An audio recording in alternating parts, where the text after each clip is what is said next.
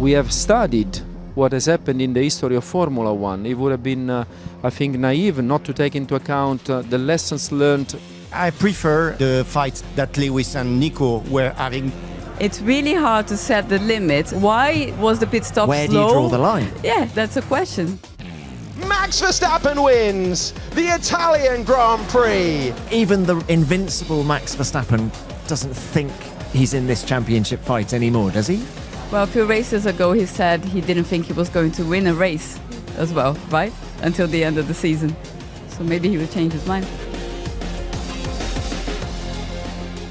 Welcome everyone to the Temple of Speed for F1 Nation's review of the Italian Grand Prix. I'm Tom Clarkson, and joining me in the Monza paddock is Brazilian journalist Julianne Cerasoli and French journalist for L'Équipe, Fred Ferret. Very warm welcome to you guys. Let's start by celebrating some greatness. Max Verstappen took his third win of the season and his first since Imola 9 races ago, would you believe it? And after producing the fastest lap in Formula One history on Saturday, surpassing Sebastian Vettel's record of the most pole positions at Red Bull Racing, Max fought back after losing the lead to Lando Norris early on to win a Grand Prix for the 66th time in his career. His victory is even more impressive considering that nobody has won from pole at the previous 5 Italian Grand Prix. It's not easy to overtake here, but guys, I've given it a summary. How impressive has Max been this weekend? I would say that Max is as impressive as usual when he got a good car. And the good thing is that Red Bull came back in the game. And I would like to emphasize the work of the Milton Keynes and the French technical director, because they were going on the wrong path and in the wrong direction. And since Spa, they decided to change all the setups, thinking about the RB21 and reshuffle everything. They brought a new floor here, and then they have their magician, which is Max Verstappen, with a good car and a wonderful driver. You got the victory. Now, you're talking about Spa. That was also the first race for the new team principal, Laurent Mekies. Is there a link? I don't think so. I think the good thing is that they discovered last year what went wrong on the car. Pierre Vacher told me earlier that last year they were nowhere because they chose the wrong setting with the rear wing. If you remember well, they didn't want to have the usual Monza thing. And then they saw on the data that they were going already in the wrong direction. That helped them to finish the season. And then they decided this year to go with the usual rear wing. Now, Ju, the McLaren was a little bit slower than the Red Bull over 1 lap, and the gap was even bigger in the race. Were you surprised by Red Bull's dominance, actually, I think we could call it? Well, if Andrea Stella was surprised, who am I not to be surprised as well? So he said the gap in qualifying was 1 or 2 tenths, and then they think that it's a lot bigger, well, slightly bigger in the race, mostly because, as you said, it's hard to overtake here, and Max was able to overtake Lando. And he thinks that shows that the pace was actually really good, maybe 3 tenths, maybe 4 tenths. And he was surprised with that. With McLaren, they don't have the superpowers that they usually have in other tracks here in Monza, because tire drag wasn't an issue. They basically completed the whole lap with the same tires, so that was not an issue for anyone. So the gap is not as big to McLaren. And also because this track is somewhat so simple in aero terms, that if you have a aero-efficient car, it's not so much of an advantage as it is in other tracks. So you have, in one hand, everything that Fred was saying, that Red Bull, they found a way to race in Monza that they didn't before. They got better with the floor. You have Max, but you also have McLaren without the superpower, so to speak. I think there was also a relentlessness to Max out there. I mean, the performance gap between McLaren and Red Bull was bigger in the race, but we're only talking a couple of tenths. And yet he banged in those couple of tenths, lap after lap, to then be 19.5 seconds at the flag. Which is the biggest difference between another car and a McLaren since the beginning of the year. Usually the McLaren do that to the others, but this time it's impressive. I think if I were Laurent Mekies, I'd be pretty chuffed, right? Because, okay, he's had a second place at Spa, but this is his first win. And I don't know if you noticed it, but do you remember when Max used to win races under Christian Horner? Christian used to say the same thing on the radio. Max, you have won, and then fill in the gap. The Brazilian Grand Prix, the Italian Grand Prix. Whereas I was struck after the race how Laurent immediately came on the radio and gave an analysis of Max's performance. And that was the engineer talking. I feel we've just had a little sneak peek into the change of emphasis at Red Bull now. The difference in having an engineer leading the troops rather than a figurehead, as was Christian. Maybe Max even likes that because he likes these analytical people surrounding him. It's just a different way of doing it. There's no better way of doing it in Formula One. We see people like Andrea Stella, who is an engineer, but sometimes he's so human as well, and he has both sides. But going back to the gap, we have to remember the gap is not only Max, not only the pace, but it's also due to the strategy that McLaren was trying to play. So they left the cars way too long, waiting for a red flag, for a safety car, for anything. So the gap is not real. You cannot say, oh, out of a sudden, Red Bull were amazing and they were 20 seconds faster. It has to do with the game that McLaren was trying to play. Coming back to Laurent Mekies, it was his first victory. Usually when you're a team principal, you go on the podium for your first victory. And he chose to send Pierre Vacher, which is a big sign that he respects the work of his new team and he knows who deserves the victory for the work that has been done. You know Pierre very well, Fred. How much would he have appreciated that gesture? He doesn't like going on the podium because he's a very shy guy, but I can tell you that today he was very happy because he has been under heavy stress since the beginning of the year. So he's very happy about the work he has done, and some journalists and some commentators said that he was not the right guy, and I think it's a good thing for his team and himself to put them back on the screen, and they are important. Remember, they were building the car who won every race apart one in 2023. There was an interesting shift as well. Something Max referred to on Saturday was the increased emphasis that he was having on the technical direction over a Grand Prix weekend. Whereas traditionally this season we've seen Red Bull go pretty left field with some of their Friday setups and then bring it back in time for Saturday. And it's all that work has been done overnight in Milton Keynes back in the UK. Whereas the feeling here in Monza is that Max was leading the charge a little bit more, not relying on all the backroom staff in MK. Would you agree with that, Ju? For me, it looked like since FP1, he was really at ease with the car. So whatever came from Milton Keynes, it was a better base than what we usually see. And then he took it from there. And when that happens, when I saw how Max was running in FP1, I was like, he's so comfortable, and he will only build from that because we know how he is like. This could be a very interesting weekend to watch him. And then I wasn't surprised by the pole position because of that progression that always exists, but starting from a better baseline. Look, 8 races, 3 sprints to go. Max is now, 94 points behind Piastri. He doesn't think, even the invincible Max Verstappen doesn't think he's in this championship fight anymore, does he? Helmut Marko said that they don't believe in the team to that kind of miracle. They can win races back because Helmut thinks that the car is back, it's alive, and Max will. We all know that when he has something strong in his hand, he can win races. But for the championship, I don't believe in it too. Well, a few races ago, he said he didn't think he was going to win a race as well, right? Until the end of the season. So maybe he would change his mind. This episode is sponsored by Indeed. You know that feeling when you realise you needed to hire someone yesterday. The pressure's on and you need to move quickly. Well, Indeed has got you covered.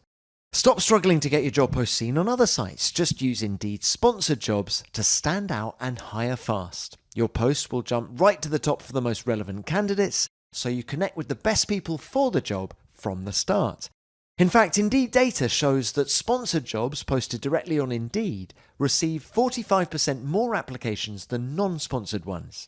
And what I love about Indeed is exactly what I love about our sport. It's streamlined, efficient, and built to deliver under pressure. No lengthy subscriptions, no locked-in contracts. You only pay for results. And when I say it's fast, I mean it. In the minute I've been talking to you, 23 hires were made on Indeed worldwide. There's no need to wait any longer. Speed up your hiring right now with Indeed. And listeners of this show will get a $75 sponsored job credit to get your jobs more visibility at Indeed.com/nation.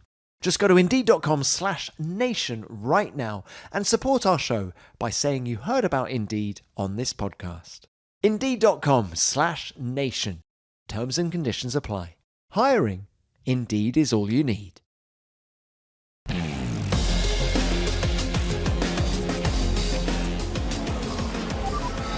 You do want to box the other car first? Yeah, we'll do that. We'll swap it round, so stay out. Well, only if he doesn't undercut, otherwise I'll box first. There will be no undercut. What's going on with Lando Norris? The slow stop has cost Lando Norris track position. Through goes Oscar Piastri. Oscar, this is a bit like Hungary last year. We pitted in this order for team reasons. Please let Lando pass, then you're free to race. We said that a slow pit stop was part of racing. I don't really get what's changed here. Team order issued. Team order listened to. Lando Norris restored to second place. What about then McLaren and the awkward moment, I think we can call it that, in the title fight between Oscar Piastri and Lando Norris?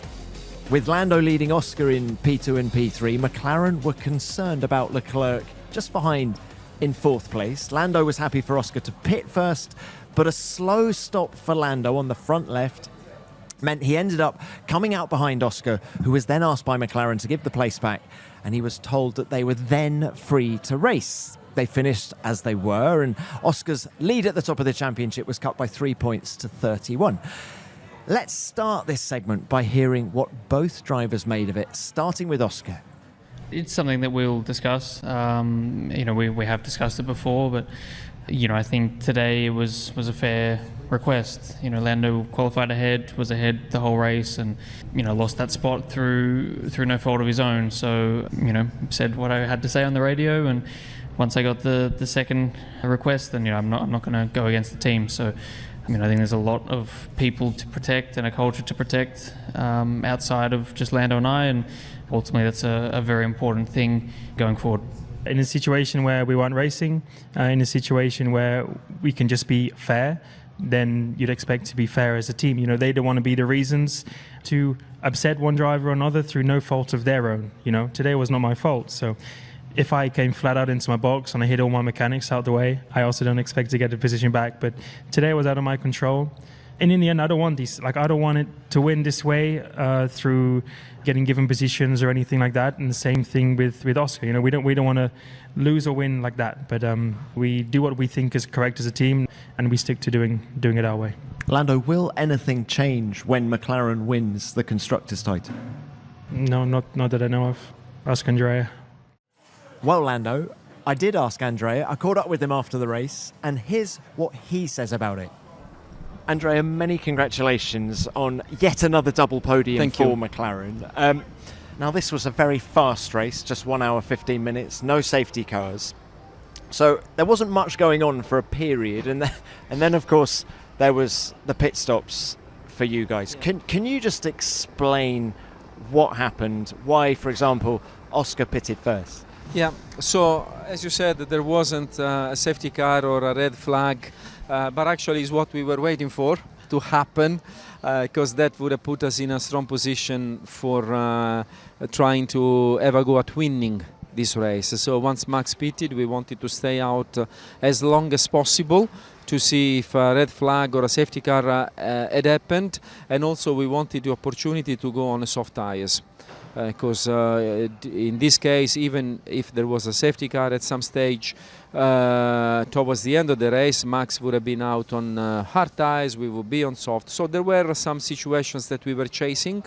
This delayed the stop, and delayed the stop to a point where we realized that we needed to go with Oscar first.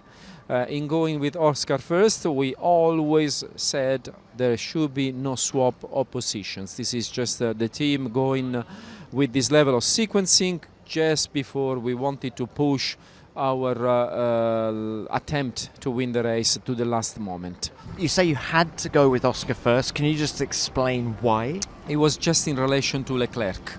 So we were You think you would have lost that position had you pitted Lando first? We will review the calculations. Okay. We will review the calculations, but at some stage this risk emerged at the pit wall, and we needed to take that into account. Right. Lando then has the troublesome pit stop. We know that. Oscar gets back past. Was it clear cut to you what to do next? It wasn't like in all these things a black and white, because we are dealing with the application of principles. But as soon as we reflected on the situation and we compounded the fact that we had a slow pit stop, but we also had a sequencing of pit stop which was determined by the team with absolutely no intent of swapping the positions. Once we compounded these two elements, then for me in particular, it was clear that the application of the racing principles we have at McLaren would have meant that we swap positions and then we let the guys race again. Will that ever change? I mean, like when you've won the Constructors' Championship, will that change? Winning the Constructors' Championship is not a trigger for anything. I think I said that very clearly to some of your colleagues. There's no triggering that has to do with winning the World Championship. The only guidance, the only beacon we have is the application of our principles. And even this case, in Formula One, very rarely you get exactly the same situation. So the way we will use this case is to review it, see how consistent it was with the application of our racing principles. We will discuss it with the drivers, and we will reinforce the way we go racing where needed, and we will amend it if necessary with an open mind. But at the moment, I'm pretty comfortable that the situation was all consistent with our You have created approach. An impenetrable team spirit here, like I don't think I've ever seen in Formula One before. I guess it's a good thing to innovate, and while in Formula One you can innovate from a technical point of view, an operational point of view, an organizational point of view, you can also innovate in the way you go racing. And it's not like we innovate because we now come and we invent. We have studied what has happened in the history of Formula One. It would have been, I think, naive not to take into account the lessons learned, even if it involved other people. And that's what we have used to create our principles, in addition to just bringing our own way, our own values to go racing. Andrea, thanks for that. Well done today. Thank you. You can innovate in many different ways in Formula One, it seems. Yeah, but I would not agree with Andrea on that, because then you are there trying to be the good guys, the first of the class, and trying to be the perfect in every way. And they're, in a way, doing that. Because last year we have to remember that Lando Norris could have stayed in front of Oscar in Hungary. And I think it's the same thing that's happening today. But I'm very frustrated because it's not Oscar's fault for the pit stop who had a technical problem. And then you don't let the drivers fight till the last drop of the sportiness. I prefer the fights that Lewis and Nico were having, especially in Monza, when they were trying to brake very late and then one is doing mistake. Okay, it's perfect. They are so far ahead that they can do that, but then we don't have anything apart saying, oh, they're trying to innovate and they are very polite and the spirit in the team is very nice. I prefer the two guys like Ayrton Senna and Alain Prost, like Lewis Hamilton and Nico Rosberg, but that's my view. I think the problem for me is where is the limit? So what they were trying to do, they were trying to orchestrate the strategy in a way that the positions wouldn't be changed. And they ended up being changed by something outside of their control. And the rationale is this is out of Norris' control, so Norris needs to get the position back. But Norris and the car and the team, they are one. It's really hard to set the limit of what is a Norris mistake that is going to cost him, let's say that he jumped his marks and then the pit stop is slow because of that. Then are you going to change the position? Because it's a driver error that made the pit stop being delayed, right? So where is the line? Ju, I think you can extrapolate that further and say, okay, Lando lost, 3-4 seconds in the pit stop today. What happens if one of them's half a second slower in a pit stop? Is that unfair? That's my point, because that's what will happen if they just miss their mark. So are you going to go deeply into the why was the pit stop Where slow? do you draw the line? Yeah, that's a question. And this is what Andrea to us was saying afterwards. We are going to review everything that's happened with the drivers. And he was very precise. He said, reviewing for me doesn't mean changing. It's just, let's go back and see what could have been done better. That's one aspect of what's going on. The other thing I'm hugely impressed about is the control that Andrea has on these two drivers. They do exactly what they are told. You see Oscar saying, no, that's not good. And then he backups and it's over. And that's over. So I don't understand how he's able to do that. Yeah, he's innovative in that way. So it's always the same, talking with the team principal saying team is first and drivers. But then you can see that even Lewis Hamilton, Nico Rosberg, Fernando Alonso and Lewis Hamilton in 2007. You have so many examples. Nelson Piquet and Nigel Mansell. It's impossible to have two, how do you say that, male alpha? When you have alpha males in the same, two alpha males in the same team. But that's kind of what they've got.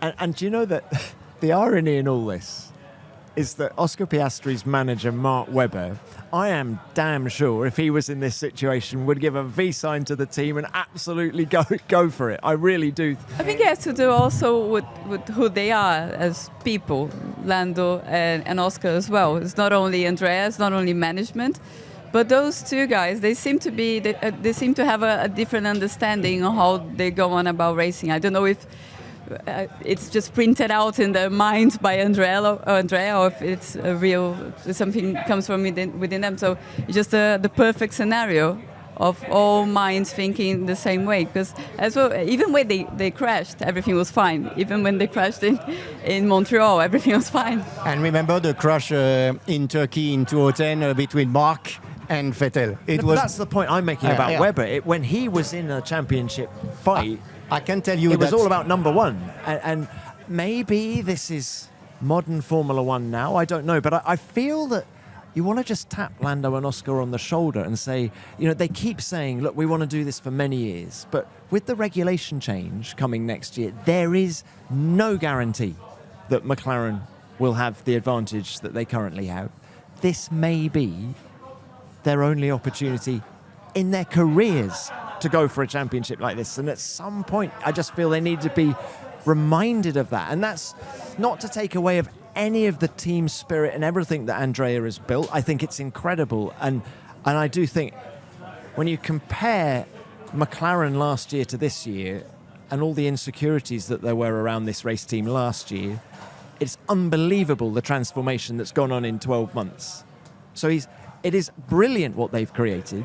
But equally, the Constructors' Championship is all but won. You're going to win that. The team is going to win that, McLaren.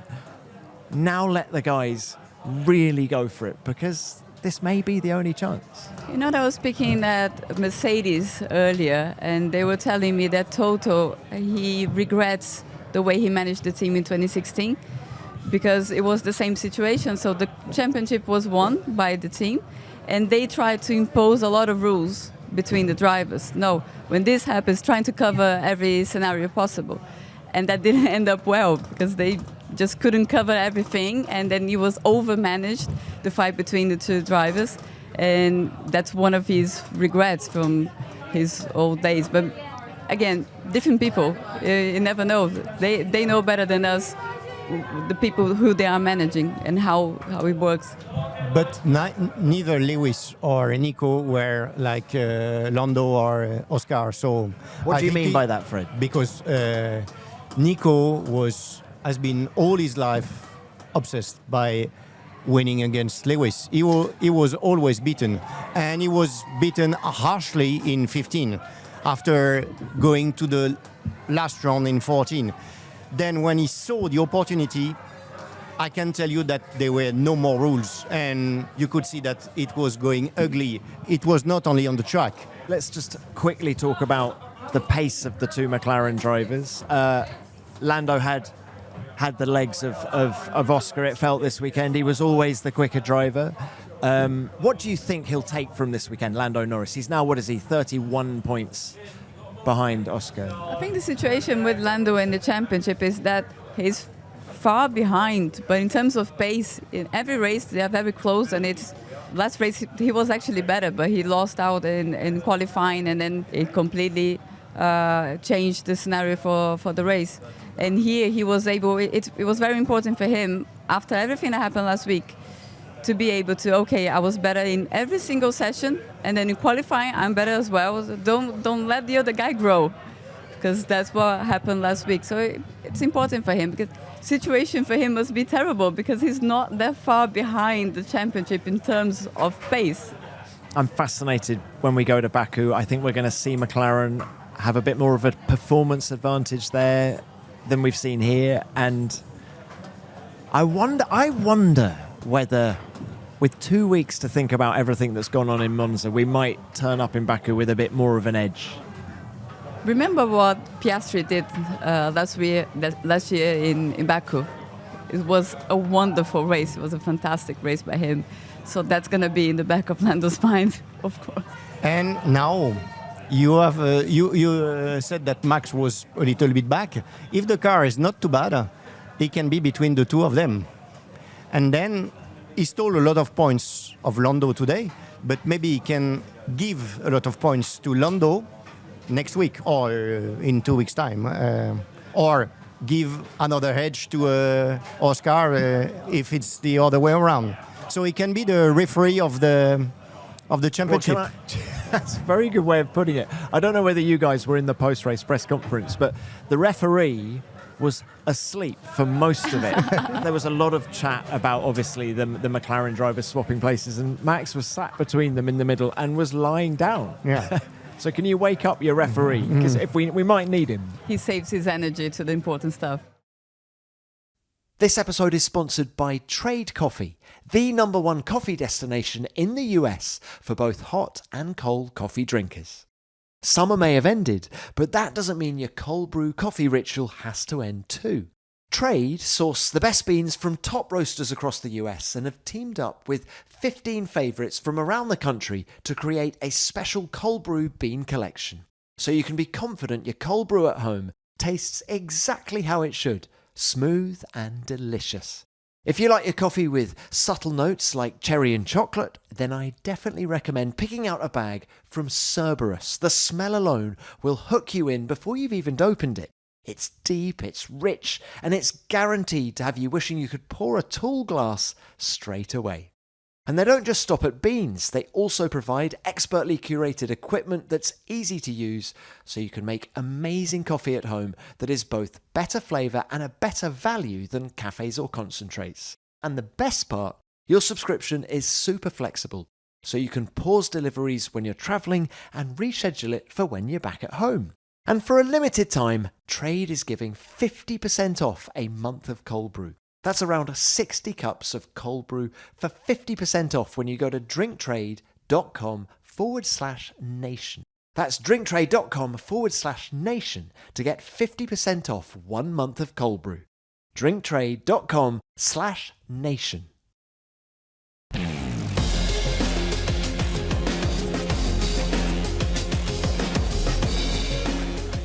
There's more to come from Monza in a minute, but I did want to let you know about the other official F1 podcast this week. Gabriele Bortoletto is actually my guest on this week's episode of F1 Beyond the Grid. He tells me the fascinating story of leaving Brazil at the age of 11 to pursue his F1 dream, his relationship with Hulkenberg, and how sim racing helps his driving in real life. That's out on Wednesday, and you can also watch the pod on the F1 YouTube channel. And Gabby's boss, Sauber's Jonathan Wheatley, is on this week's Ask a Team Principal episode of F1 Explains. That's out on Friday. Just search for F1 Beyond the Grid and F1 Explains on your podcast app.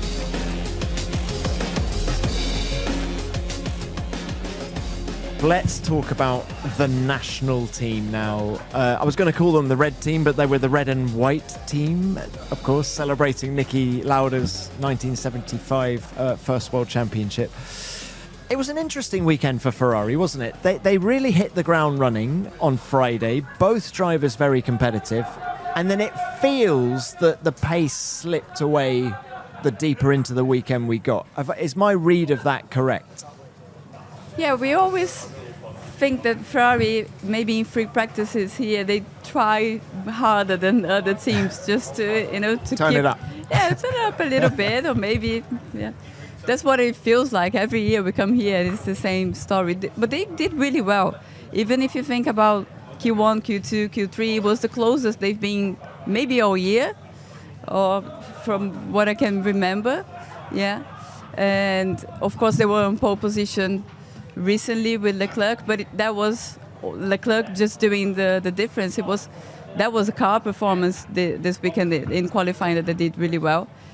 They've chosen not to do the tow, which created some controversy, but it has become harder to do this in Monza because of the time limit they need to set for the opening lap to prepare the tires, and then it's trickier to do the tow, so that's why they didn't do it. But they were very close, and Charles, it was important for him because he had absolutely no wing behind him. He needed to get some positions in the beginning, and he didn't actually manage to. He ended up being overtaken by Oscar. He got Oscar position, but got overtaken, and that there's nothing he could do from there because there was a little bit of a pace gap, but still a lot smaller than in any other race that we've seen in the recent ones.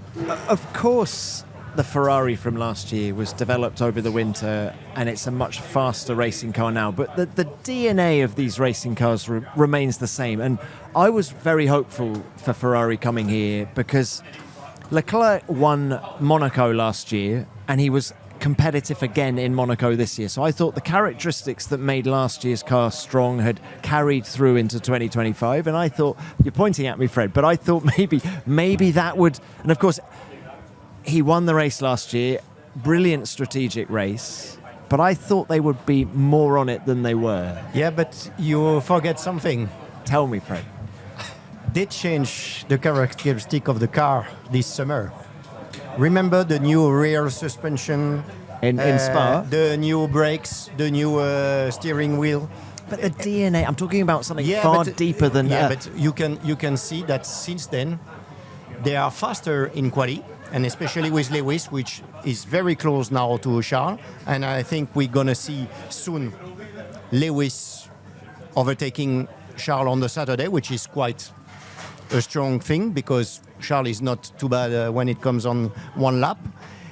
And then you can see that on Sundays now, since Spa, they are less efficient, not as good as they were.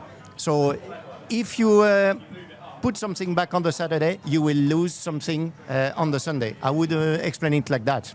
But they were quite good. They were the first of the rest. Max is on his own.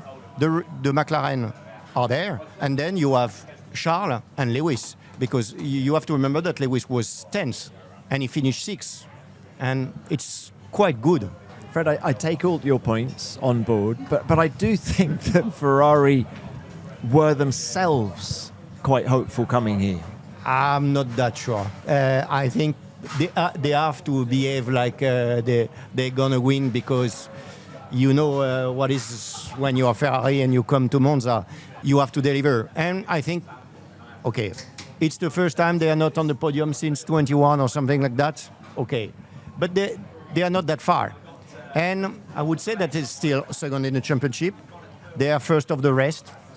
And I hope for them, because I think especially for Lewis, he would need at least a podium. But I think a victory can come before the end of the year. Well, that is actually something that Fred Vasseur said on the Beyond the Grid podcast last week. Ferrari needs to win a race this year.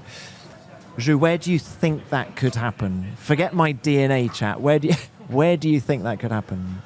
20 minutes ago, I asked him that, precisely that. Well, actually, I asked what would it take for Ferrari to win a race this year, which is, he didn't reply, but he said Baku is a good track for them. Charles was very close to a win last year. If the DNA talk makes any sense, we could see Ferrari being strong in Baku.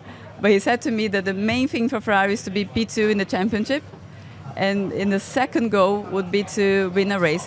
But coming back, why does he say Baku? Baku has a smooth surface just like here, so they don't have to control the back of the car as much as they have to in other tracks. It's the same thing that happened, it helped them here as well.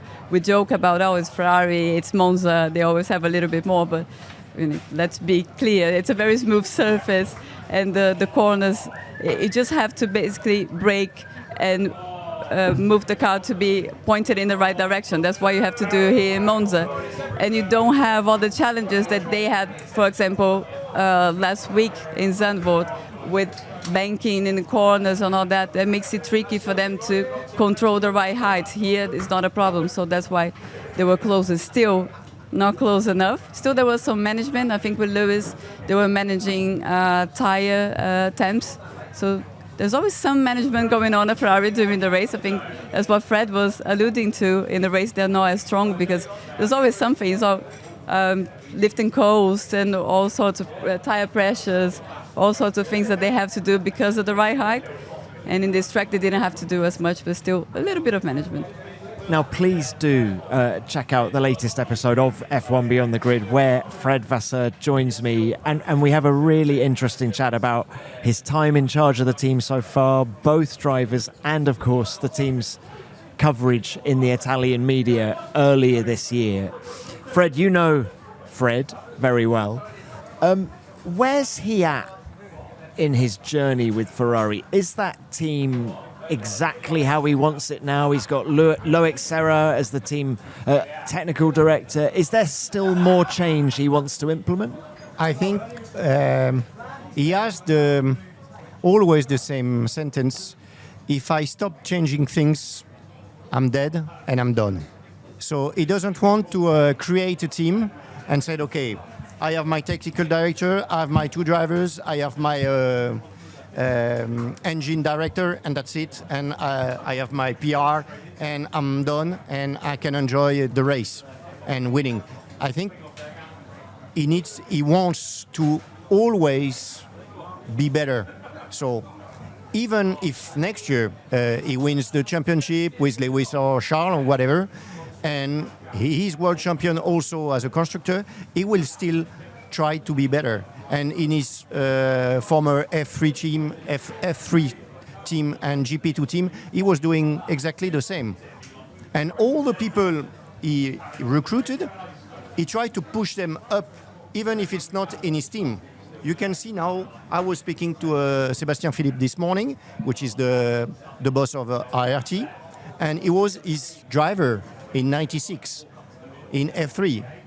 They won the French championship. So now this guy is the boss of his former team. You can see that if you hear Gaëtan Gégaud at Williams, which is the engineer of Carlos Sainz, he comes from IRT. Guillaume Capietto is the boss of Prema team. You can see Guillaume Le Goff is the manager of Isaac Adjar and Pierre Gasly. So you can see all the, I would say, the Vasseur boys, which spreaded all around the F1 paddock or the F2 paddock. Gosh, he has a big influence, doesn't he?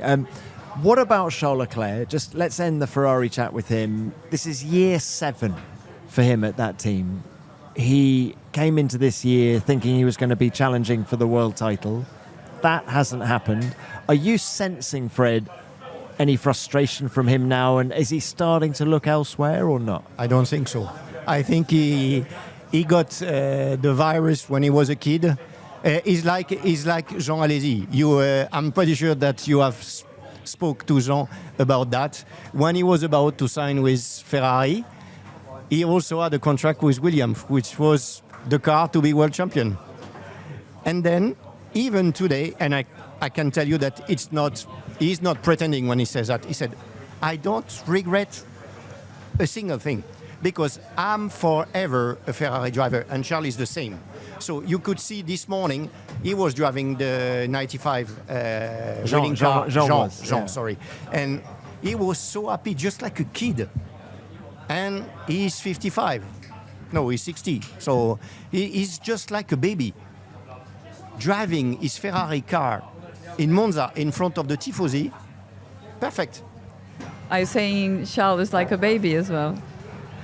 Charles is no longer a baby, but he still has the Cavallino on his heart. And it has been tattooed forever because of Schumacher and because of Bianchi. So, if Ferrari, and of course this is a massive if, we don't know yet, but if Ferrari are not winning next year, do you agree with Fred, or do you think Charles will look elsewhere? Well, Fred knows Charles much better than I do. I feel a lot more frustration coming out of him. Charles for me, he's a guy who is easy to read when he's trying not to say what he's thinking.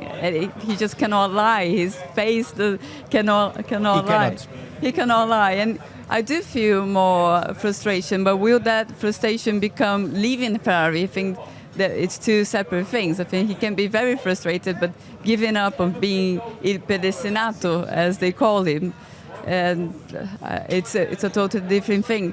What struck to me this weekend, I came here not really knowing what to expect from the Tifosi, because everything is so negative around Ferrari. Has been so negative with Lewis, but a lot of people saying, oh, Lewis is getting old, he should retire and all that. All this noise around Ferrari, I didn't know what to expect.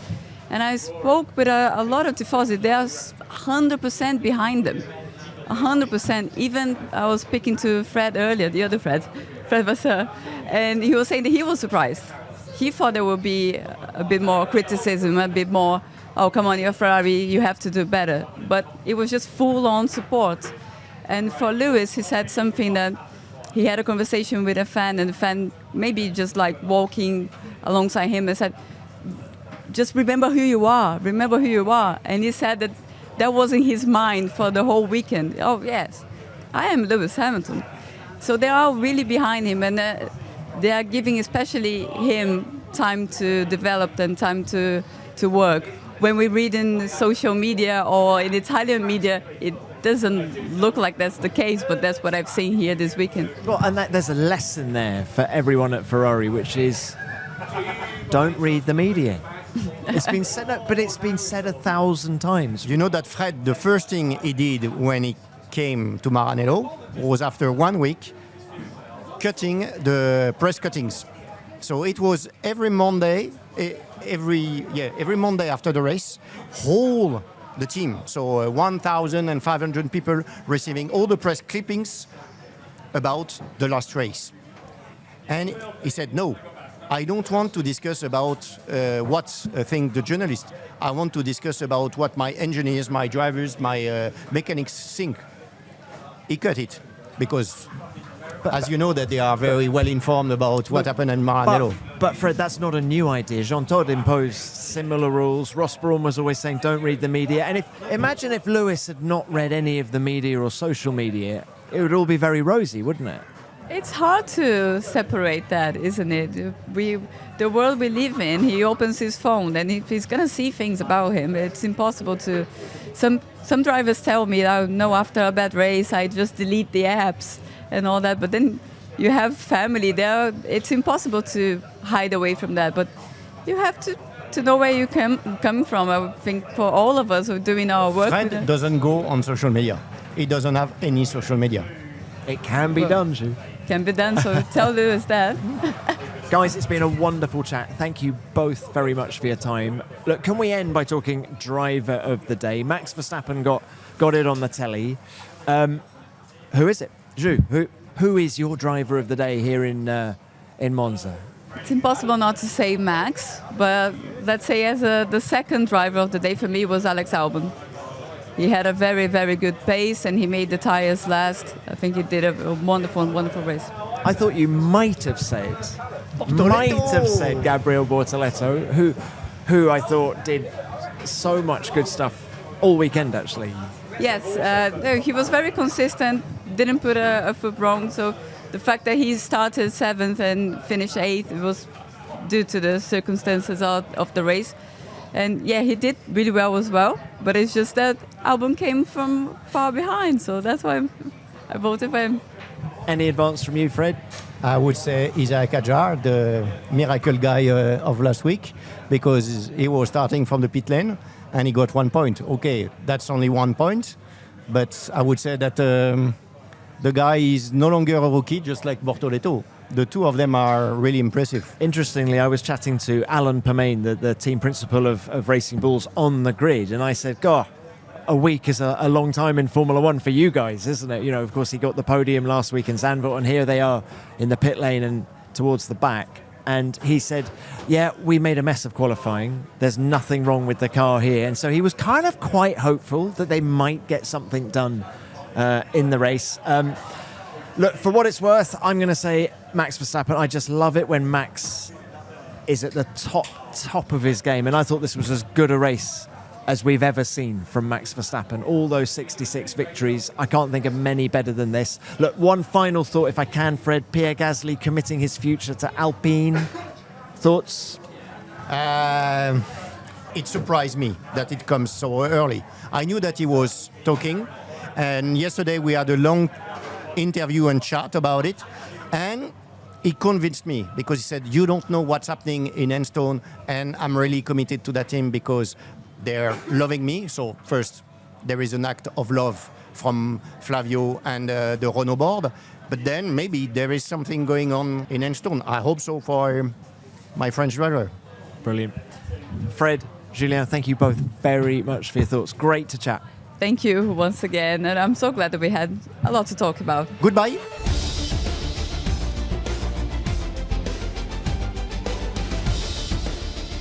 Thanks again to Julianne and to Fred. Great to have them on the show. And for more reaction and analysis from Monza, please go to f1.com, the official F1 app, or at F1 on social media. You can also watch the highlights on the F1 YouTube channel. We'll be back next Monday with our preview of the Azerbaijan Grand Prix. But for now, thank you very much for listening. F1 Nation is produced by Formula One and Audio Boom Studios.